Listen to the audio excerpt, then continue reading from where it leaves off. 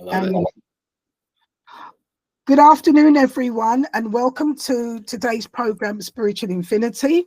And of course, my name is Zenzi Sewa, and my guest today is Andrew Wilson, who is in Alberta, Canada.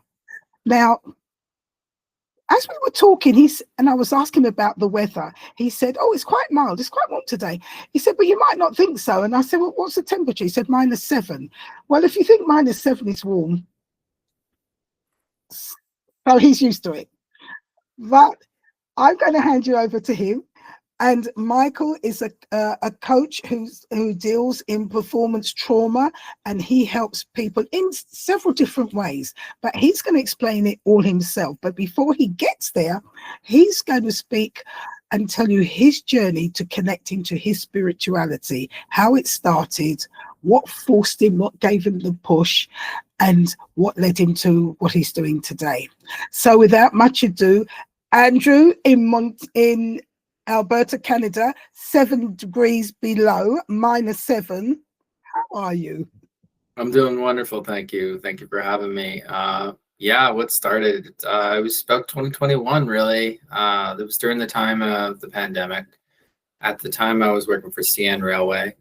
I had just come back from a long stint on the road, and it was about 2 in the morning. I was getting a call from Sturgeon Staffing in St. Albert, and they told me that my mother had been admitted to the hospital. And just for everyone to sort of rewind this story. So my mother and my father, before I came out here, my father was in a horrific accident, and he struggled with alcoholism. And after his accident, he became sober, but he fell off the wagon, of course. And he and my mother had some unfortunate events where my mom had to remove my father from the situation. And she had the farm all to herself. So she decided to sell the farm and move out and be close to me. And at this time, I was in a relationship. And this is how I didn't really know how to communicate. I didn't really know, didn't really know me. I just kind of knew my shadow, and I didn't understand my shadow until I started my journey. But I ended up choosing the person that I was with over my mother, and that was probably one of the hardest things I ever did in my life, because that week later, my mom died. And it was like a huge awakening for my reality that I was so angry. I was angry at God. I was angry at myself. I was angry at the person I was with. And something inside of me just said enough was enough. And you need to try something new. So I tried holistic healing, and I went to this lady who had a machine that measures your frequency. And during the session with her, she had told me, okay, you should check out Dolores Cannon. So I was like, okay. So I started to read Dolores Cannon, and it brought me a lot of interesting insights on how we perceive death and how we perceive life. And my mother's death, what I've learned, was going to happen regardless if I could stop it or not, because it's part of her journey. It's part of the process. And it gave me a lot of understanding of how really the body works, and how our mind is really the ultimate controller. It can make you or it can break you. And it can send you down some very dark, dark holes. And I was in some very dark, dark holes at the time. I was struggling with substance abuse. I was drinking excessively. I was smoking. I wasn't taking care of my body. I was in a relationship where I was being a narcissist. I wasn't really being a team player. I was all about me and my selfishness. It was me. It was only me, because growing up, that's the only one I could rely on, was me, because I was picked on. I was told I wasn't going to amount to anything. So I gathered that information, and I held it against my heart, and it put up like this steel plate on my heart saying that no one's entering, no one's entering. And I would tell people, like, if that I was in a relationship, yeah, I would love them, but I really wasn't in love with them. in love with the idea of them. I wasn't actually in love with them. And my, go ahead. Sorry, can I stop you there? And I'll tell you why. It's interesting that you realized all this about yourself, but you then went back in your childhood, how you were treated and told. Can you tell us a little bit more about that? And I'll tell you why, because a lot of people are probably going through what you're going through and probably don't realize it stems from that childhood, and that they need to realize they're not the only one. And this is where it started. And then it is a result of their relationship, what happens, like narcissist, whatever. So could you tell us a bit about the childhood? Yeah, absolutely. So when I was younger, I think I was the age of 5. I didn't really know how to just be myself around other people. I was always nervous. I was always timid. I was scared a lot. I didn't really know, and I didn't really pay attention much in school. And the teachers thought it would be a great idea, instead of let me come back to class, they would just let me stay outside longer and play in recess, because I didn't have the attention span. And this was when I was diagnosed with ADD. And then that was when, once they put the diagnosis on me, it was basically, I lived that diagnosis. But if they hadn't told me I had ADD, I never would have had ADD. It's the fact of the matter that they told me it. So, but that was okay. But teachers, there was only one teacher who actually stood up for me. And she's actually, I wrote a book recently about it, and I'll talk more about that after. But she was the only one who actually like stood by me and pushed me and wanted to see me succeed, while others just kind of pushed me through and placed me where I was useful and placed me where I wasn't useful away. So they kind of placed me away from where I was unuseful, and where I was useful, they're like, okay, yeah, you're good here. So it's like, and then once I finished school, I tried to apply for college, because I'd always wanted to be a radio and broadcaster. Because growing up, I loved sports. I watched sports. I was like, oh, I'm going to be a sports analyst. I'm going to be on the radio. I'm going to be doing all that. I went to apply. They're like, you're wasting your time. You don't even belong here. And then I tried to be a human service worker, which is working with people with intellectually disabilities. And even there, I was told I wasn't meant to be there. I wasn't enough for the industry that they wanted. I wasn't, because I had a learning disability, I wasn't fit to be there. So I had to quit. And that was one day that I had to tell my mother that. And that was probably one of the hardest days too, because I had to tell her I quit school. And she believed that I quit on my own, but I was actually forced to quit. And she wouldn't believe me. And to this day, she actually brought it up the last time I spoke with her before she passed too. So, but that was what my childhood was like. And it just kind of followed me everywhere I went, even like when I moved out here because originally I'm from Prince Edward Island. That's where originally I'm from. And when I moved out west, I wanted to change. I wanted to change who I was. I wanted to change the version of me. And I did, but I also had the shadow beside me the entire time. So I got the work ethic. I changed. I worked in the oil and gas sector, but I still had that shadow. So I was still reactive. I was still defensive.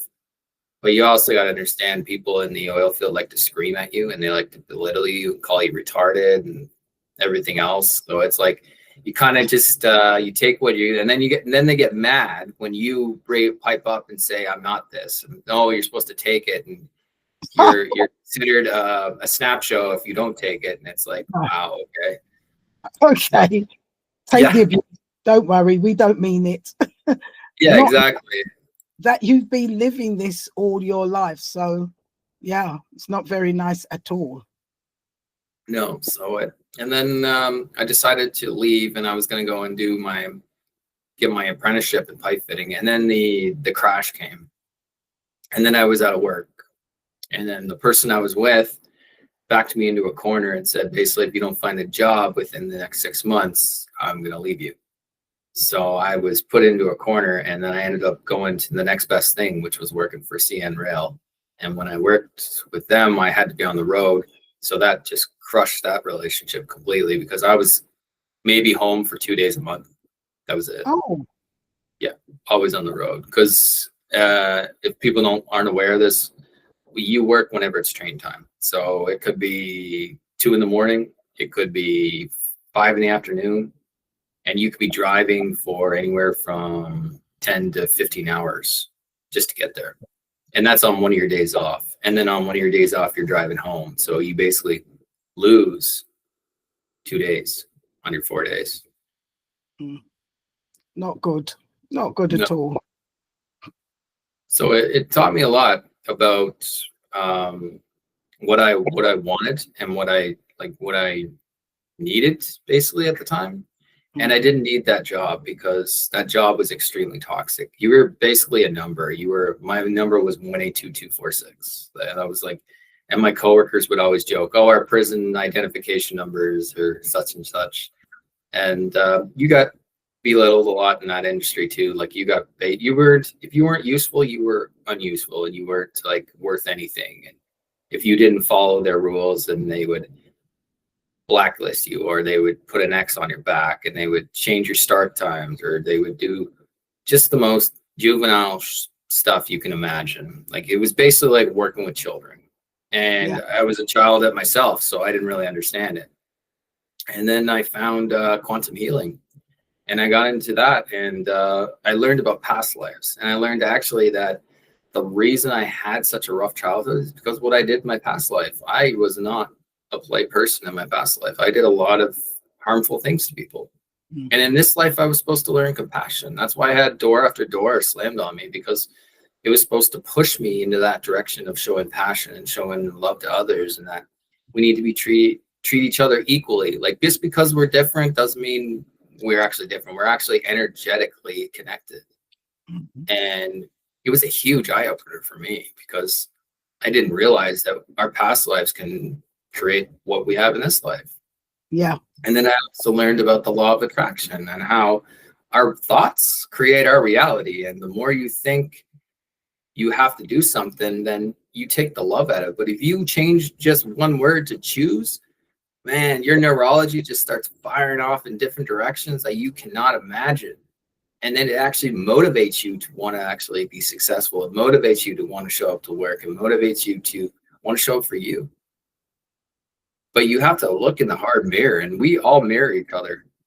And when we see something we don't like, when we get triggered, that's because that is our viewing point. That's us realizing we still have to grow. We have to learn. And until we understand that, we're going to keep following the same path we've been following for years. Yeah. It's just, you got to learn to love you. Really, it's all about loving you. Until you love you, you really can't love anybody else. You could try, but you have to love you first. And that's hard because we weren't taught to love ourselves. We were taught to push it down and just not worry about it, not forget it. And then we wonder why we have cancer. We wonder why we have all these aches in our bones and everything. We think it's old age. No, it's negative energy. It's unprocessed negative energy that we have pushed down so far that it is failing our body. And our body is a living organism. So if you want to know something, people out there listening, your body's alive. Believe me, it'll tell you. It'll break your bones if you don't want to listen to it. If you want a day off, it'll give you a day off, all right? Yes, by force. Yeah. Give you a 2x4 to the back of the head, too. I've seen this happen to so many people when they've spoken to me, and I had it done recently, and this person is speaking to me, and I started to just smile gently because I can see the pattern and what's going on in their life, and it's like they're being forced, and it's like, can you not hear? Can you not see the pattern? Yeah, no, the patterns are there to remind us. Like, I mean, even on this journey, like you never stop. And when you stop, it's when your time to ascend. Yes. And just pray to God you're not coming back, or if you're coming back, make it better. And set it up better for yourself. So when you do come back, you have all these little breadcrumbs and you can follow them instead of like living like millions of lives or however many lives you live, or you're a brand new soul and you're just coming here for the very first time. Set up yourself for success. Don't set up yourself to take the red pill again. Just already have the red pill ready. So Andrew, let's to recap. childhood, went through that, then tried to do these different jobs and it wasn't working, in a relationship where you were backed up. And was this the same relationship when you chose the relationship over your mother? Yes. Okay. And so going through that guilt, having chosen for whatever reason, for whatever situation, and then having to leave that relationship. But also, as you said, you were a person, you were smoking, you were drinking, you were doing all kinds of things simply because you weren't happy. And I suppose trying to deal with you and the situation around you, and being quite a narcissist. Yeah. So that when the brakes went on and something said to you, enough is enough, you then started to look into different things. So tell me what happened there. I got into meditation. I got into doing yoga. I started to practice energy work like Qigong and Tai Chi. And I just tried to open myself to something new. I changed my whole diet. I stopped eating meat. I started to eat more vegetables. I stopped eating processed foods. I stopped drinking coffee. I stopped a lot of things that I used to do. I stopped drinking. I stopped smoking. I stopped smoking drugs. I just evolved my body and I started to listen to my body. And now I just I stretch more. I try to keep myself in a positive motion. More, there will be times where I fall onto the old victimization. But what I've been learning, because I've been studying gene keys that Richard Rudd does, and what I've learned from him is my shadow is victimization. So I can easily fall into victimization. But if I don't fall into victimization, I can get into my gift, which is intimacy. And then if I stay in intimacy, then I can evolve even more to freedom, which is my inner genius. Mhm. So it's about understanding you and just understanding what you want and what you need in the end. And really, go ahead. Yeah. So in this process, how long from the time you realized that I have to stop to the time you kind of came out of it, what was the time span? 4 years. Okay. And that was 4 years of just realizing I have to do it, and looking for help in all these other genres to help you through that period and giving you that knowledge. Yeah. So it started in 2021. I first went down the rabbit hole and seen a lot of conspiracies. And then I started to follow like Nostradamus prophecies because Dolores had wrote this beautiful book called Conversations with Nostradamus. And then after that, I just kind of figured out to just start spiritual healing. I started to do sound baths. And then I met during the time I had a best friend who's now my wife, and she was there with me the entire way, like showing me. And then like she would even be my mirror. Like there'd be times that she would like trigger me, and then I didn't understand why she was triggering me until I looked and said, "Oh, I'm looking at myself. I'm seeing a reflection." But you don't really notice those at the time because you're caught up in the moment, and your ego, the one thing that you can like work on with is this journey is your ego. Your ego is always trying to step in and Yeah. block you from positivity. It just Yes. wants to keep you negative. It's wild actually. So if it feels like it's being attacked, it will attack back. It's wild. Like, but you don't see it at the time because you're so like your emotions are just controlling you and they're Yeah. keeping you in that state of mind. But then after you realize it, it's like, what am I doing? It's like when a person wants to quit and they tell themselves over and over again, I want to quit, I want to quit. But in the end, they're just like, why am I saying these things? What am I quitting for? Why do I need to quit? What is the point of giving up? I've come so far. Why do I choose to give up? Because my ego wants me to give up. Because it's Because scared. yeah, and because your ego wants you to stay exactly where you are and not make that turnaround. And in making that turnaround, you're actually connecting to the real you, which is so powerful. And it is very difficult. It is very hard. I think you can agree with me that you really have to be aware, and sometimes you forget until something happens to shake you to say, as you said, what am I doing? No, I'm not giving up. I'm not going down that way. It is very difficult. Absolutely, yeah. And that's why I'm like my mentors that are teaching me in this course are like, get comfortable being uncomfortable, Yeah, because the triggers are the blessing, because the triggers are actually pushing you in the direction you need to be. They're reminding you of the version you want to be. They're reminding you of the person you want to be. They're reminding you that there's so much that you can do that you're not aware of. yeah. It's just you have to be willing to go through the garbage to get to it. You have to like walk through the trash to get to the beautiful ocean. You have to walk through all the garbage just to get to the ocean, or And whatever beautiful place you want to be at. yeah, and it's all the garbage and all the trash is what we have created Absolutely. unwittingly. And I want to say this to everybody: when we go through difficult times, and when we're faced with difficult times, it's not a punishment. It's just showing us what we need to clear within ourselves. And it's not to bring you down, it's actually to lift you up, and it's to make you flex those spiritual muscles to be the person you really could be. Definitely.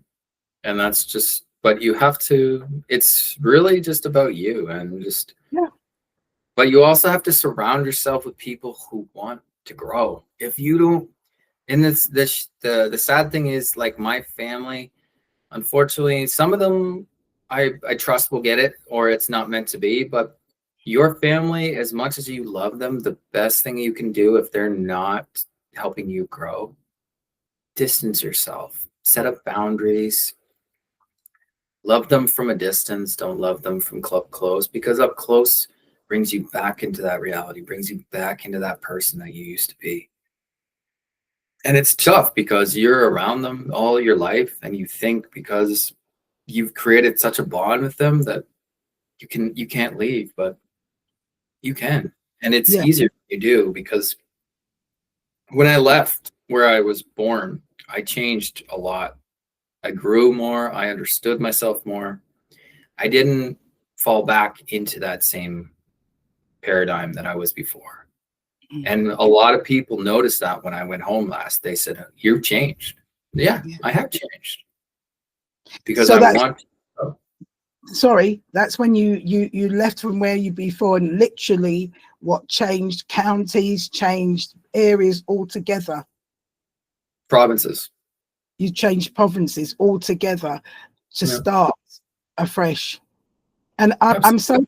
I'm so glad what you just said with the family, because it can be so difficult for people, and they need to understand that as much as your family can be your safe place, it can also be the place that's keeping you back. That's right. And it's very, very, very difficult. I mean, when Absolutely. you were leaving, did you get reactions from them, Andrew? No, not really, because when I was leaving, my parents were happy because I was going out to the oil and gas. And then, like I said, my father had that horrific accident. And when I left, there was a lot of things that happened. My grandmother passed away, and then I went back home, and I was still that same person. But then years after my mom dying, I went home again, and my best friend really pointed it out, because my best friend was still doing all the drinking, all the drugs and everything, and I was not. And he was shocked because he wanted to go out to a bar one night, and I said, "You go ahead, fill your boots, but I'm not going to a bar anymore. That's not where I'm meant to be. That's not who I am." And a lot of them, they don't get it. And then I had a friend of mine who had a horrific accident, and his body was basically telling him he needed to relax, but he took it as like his back was broken, he's fused and everything. But the reason his spine snapped was actually because he wasn't listening to his body. This guy was younger than me, and he was having heart attacks. Like, but you don't get it. You just don't get it. But he's not aware of it. And the one thing I've learned in my course is everyone has different values, and I respect Oh, that now. Oh, And because yes. you have different values, I now understand why you are the way you are. You look at politicians, you look at people in the medical industry, you look at doctors now. I used to look at doctors like they were pillow pushers. Now I look at you like, oh, now I understand. You're in this system, you're in this value, and this is what you see. This is how you view the world, and this is how you think you're helping, but it's not your fault. And Yeah. it's really not. And that was the huge eye opener to get understand people's values and where they lie. So and then but at the end of the day, like, we're all equal energetically. Like, it doesn't matter about sex, it doesn't matter about race, it doesn't matter about job, it doesn't matter about anything. At the end of the day, we're just energy. Yeah. No, thank you for saying that. And I keep on saying everything is energy. The table, the door, the wall is energy. Oxygen is energy. Water is energy. The sun is energy. And our physical body is just energy, because who we really are, which is spirit, is energy. Absolutely. So, Andrew, you've gone through all this and you've distanced yourself and you've had to do this changing and gone through great realization.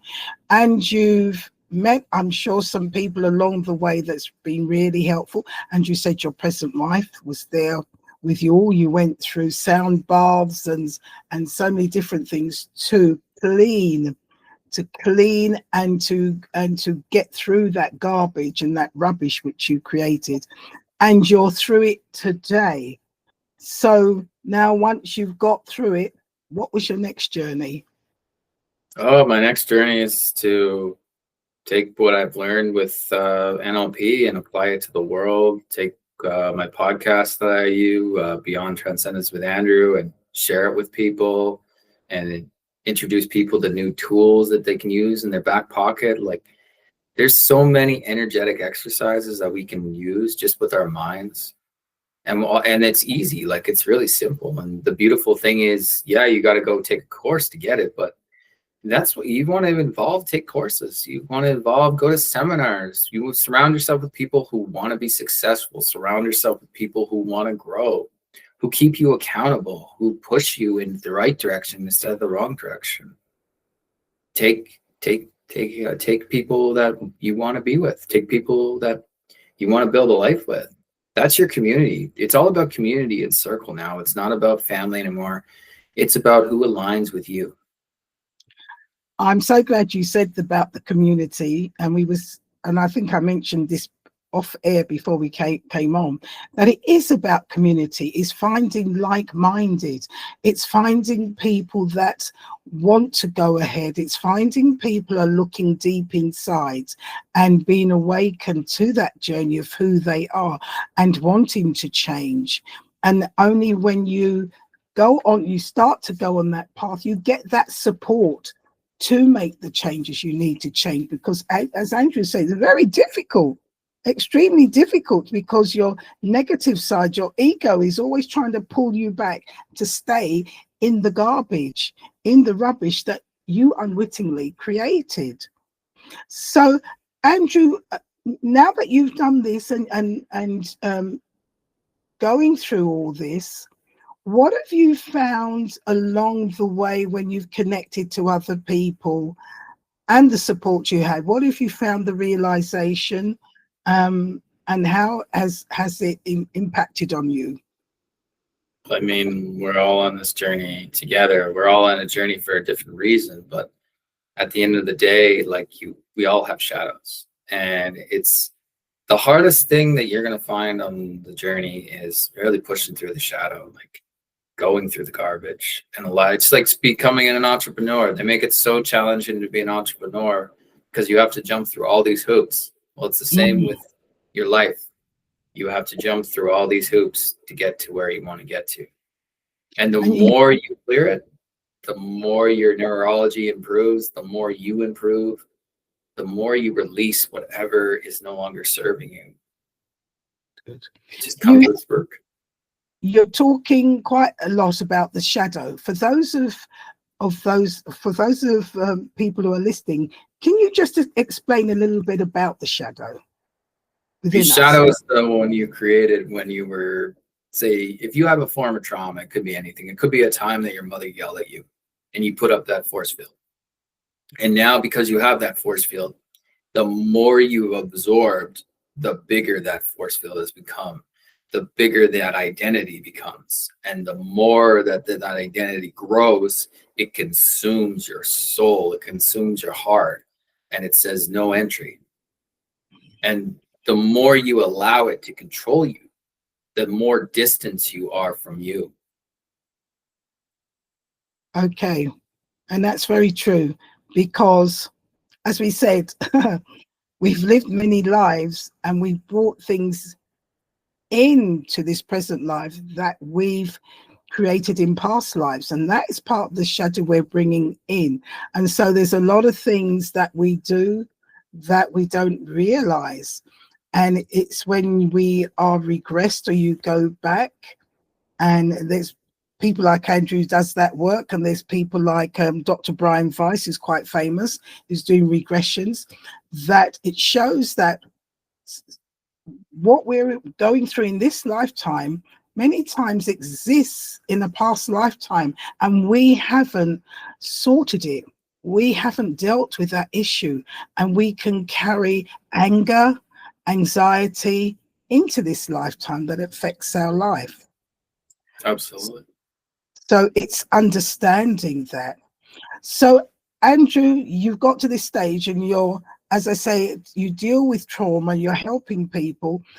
How do you go about that?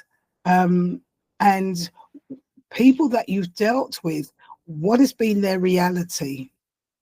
A lot of people before I got into NLP and I was doing QHHT, a lot of people came to me because they were dealing with health issues. And one lady that came to me, she had severe health issues. She had just been diagnosed with stage 4 ovarian cancer, and she went through the chemo, she went through the treatments and everything, and then she came and saw me. And this is when I was just starting out, and she realized that she was holding on to unprocessed emotions with her family. When she released those emotions, she had a miraculous recovery just by her own growth. Because I'll give you a recording to listen to every night before you go to sleep at night. So during the session, we'll do a 2-hour interview to get to know you, to basically understand you, and to also release whatever's inside of you. And then we do the 2-hour induction where I take you through 3 past lives. And then after that, you have a list of questions you have for the subconscious mind. And then you ask those questions when I call forth the subconscious. And the subconscious will give you the answers. And once you get the answers, people's neurology would start to calm. There would be no more. They would have to go through some really horrific things in their past lives to get to this. But it's like us in our everyday lives. We have to go through this. We have to, no matter what. And you are going to want to quit. And it's hard. You know what I mean? Hard, because I'm still doing it every day. And there's days where I want to quit, and there's days where I want to give up. But at the end of the day, you have to push through, because the more you push through, the healthier you become. Yeah. You really are the reason that you are sick. You really are the reason that you are carrying diseases. It's you. You are the reason. And you can change all that just by your thought, just by how you talk to yourself, just by your beliefs even. We don't even know about beliefs. Limiting beliefs, they're the reasons that we don't want to improve ourselves. They're the reasons that we don't believe we can be successful or have a stable job or have stable income or have a stable relationship, because we believe we're unworthy. We believe we aren't chosen for this. We believe we aren't ready for this. Yeah, you're ready for all of it, and you're worthy of all of it. But you have to go through the darkness first. And none of you want to, and I know why, because it sucks. I believe me, it sucks. But I'm it every day. And like when my wife triggers me, the first thing I want to be is reactive. And then it's like, hold on a second. Why are you being reactive? You're being reactive because you still have work to do. Yeah. Oh, yes. Yes. because we're not supposed to allow something to trigger us, to get us annoyed, to get us angry. We should be able to see things for what they really are, go beyond, understand it, and then just push it aside. Take in what we need to take in, change what we need to change. Oh, and probably there's nothing to change. You just brush it aside and walk on. So every time something triggers you, you get angry. And as Andrew said, it's a walk in progress, because you never stop. It doesn't matter. Andrew's a coach, I'm the coach, all the coaches, we're all still going through, because as you clear one, you step up, you clear another, you step up, you clear another, there is so much. And even not just what you brought in from the past lives, which is creating things here, when you didn't realize it, those things were triggering you in this life, you're also creating them as well. So you have to clear. So it's like, oh my gosh. So it is watch what you think and watch what you say, because you create your own reality. Absolutely. Yeah, So, you're a master manifester, believe it or not, people. You already know how to manifest. You just don't know how to manifest the right things. When you start to learn to manifest the right things, wow, like what a shift and change. Yeah, we unwittingly keep on manifesting the wrong things. Exactly. But we're not supposed to manifest the right things, because then if there would be no control. Yeah. Right. As it was said, we were made to forget who we are so that we continue to be controlled. Absolutely. And in this time, and in this time we're in now, there is so much going on the earth. So many light workers like myself, Andrew, so many of us who are awake, and we're helping the others who are ready, like all of you are watching, to awaken, and sharing the tools that you can use to clear your garbage, to strengthen yourself, to make those changes, and to point you in the right direction. Andrew, can you tell us how people can contact you? You mentioned that you've written a book. Have you got one there so we can see? Come on, talk about yourself. I have to go get it. It's not in this room. Okay, so tell us how people can contact you, please. Absolutely. Yeah, I'm on my Instagram has everything. It has my website, it has my podcast, it has my link to my book, and the Instagram is at Beyond Transcendence with Andrew. Everybody heard that? At Beyond Transcendence with Andrew. So if you want to connect with him, if you have heard what he says and you can resonate with that, and this is what the programs are all about. Everybody, all of us have gone through something, and we're being awakened to see what is it that we've gone through, we've brought in, and how to deal with it. And we're sharing it, because the earth can be much better, because we are the world. It's not the person sitting in the parliamentary office or sitting on the throne in some country. We, the people, are the world, and we have the power to change the energy, because we are energy. Once we as a community come together, and with that power, we can send it out to change how the world is. Because it's not a very nice place when you look at some of it, but we have the power to change it.